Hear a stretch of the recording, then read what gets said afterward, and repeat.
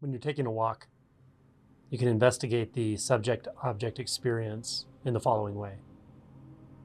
What I mean by subject-object experience is the sense that there's a you at the center of experience, and there's an array of objects of experience arranged in relation to you.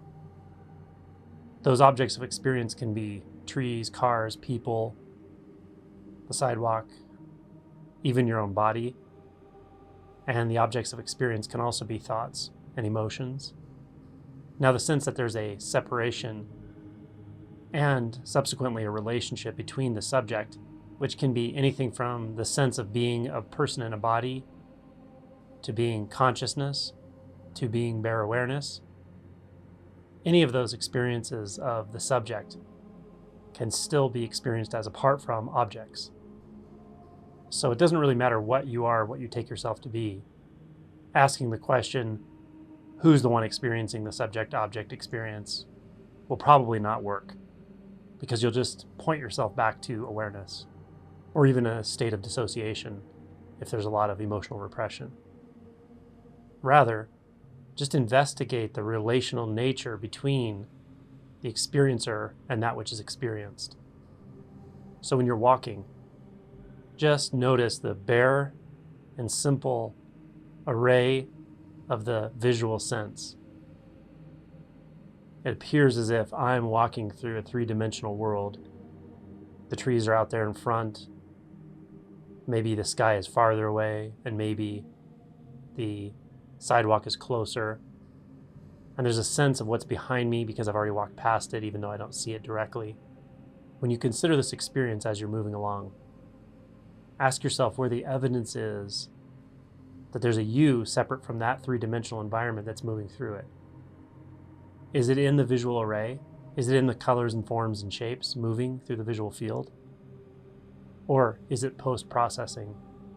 Is it imagining yourself as a body or as some conscious center moving through the three-dimensional environment? When you see that it's an imagined overlay, and then return your attention directly back to the movement of the visual array, the raw data, not extrapolating anything from it, not adding anything to it, you may start to perceive that instead of you moving toward distant objects, it's much more like distant objects are moving toward you, or that they're moving together, but not that anything's moving through a three-dimensional world.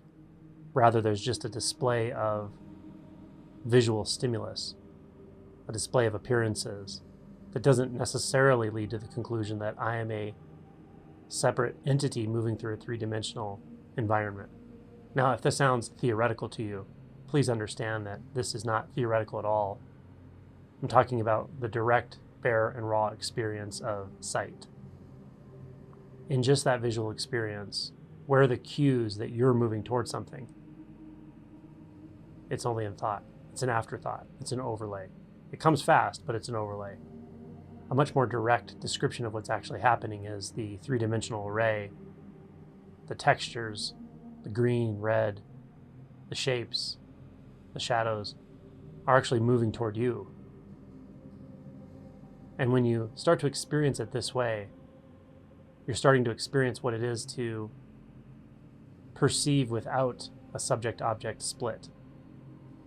It doesn't mean that it's fully realized at this point, but it's an important step toward collapsing the perception of subject and object.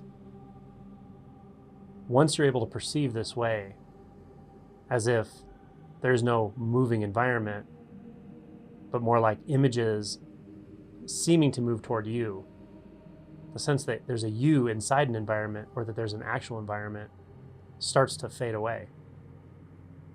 Instead, it's just this display. It's sort of in multiple dimensions or 0 dimensions or 1 dimension. It doesn't actually feel like a three-dimensional experience anymore. It doesn't feel like space as we usually think about it. It's more just like colors appearing out of nowhere, shapes appearing out of nowhere, forms and movement appearing out of nowhere. They're just appearances. These appearances aren't close or far, and they're only moving in relation to one another. Or the experience of subjectivity is only moving in relation to the experience of objectivity, but they're dependent upon one another. There's no independently moving object or subject. It's a more holistic experience of sensing. And with this, you still have normal function. You can still navigate the world. But you see that underlying the belief that there's a three-dimensional world, and there's a physical body moving through it, a distinct, separate, long-lasting physical entity moving through a three-dimensional world full of objects. You see that's just an overlay. It's an extrapolation of the mind. And underneath, you just directly perceive this zero distance display of appearance, of color, form, movement, kind of like a kaleidoscope. But it's not out there. The out there and the in here are sort of married together now. The close and the far are intertwined. This is what it is to experience no split between a subject and an object. It's as if the subject and object are intertwined, interpenetrated, doing a dance. And what that dance looks like is a kaleidoscopic display of appearances.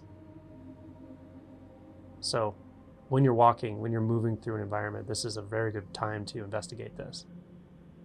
You can ask yourself, am I moving toward objects out there? Or does it appear like objects out there are moving toward me, or moving through me? Or just moving? Go directly to the experience to answer this. If you're conceptualizing or imagining three-dimensional space, you're already buying into the illusion. So go directly to the senses. Go directly to the visual field.